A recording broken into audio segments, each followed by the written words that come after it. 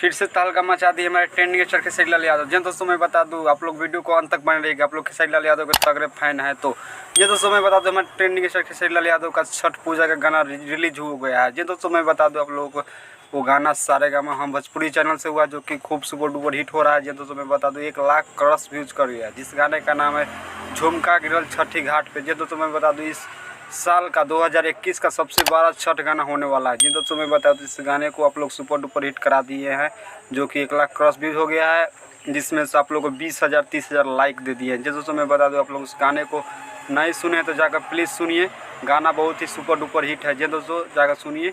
मिलते हैं एक नेक्स्ट वीडियो के बाद, तब तक बाय बाय। जी दोस्तों मैं बताता हूँ आप लोग खेसारी लाल यादव के तगड़े फैन है तो प्लीज़ इस यूट्यूब चैनल को सब्सक्राइब कर लीजिएगा। आप वीडियो अच्छा लगा तो लाइक कर दीजिएगा, अपने दोस्तों में शेयर कर लीजिएगा। मिलते हैं नेक्स्ट वीडियो के बाद, तब तक लगी बाय बाय।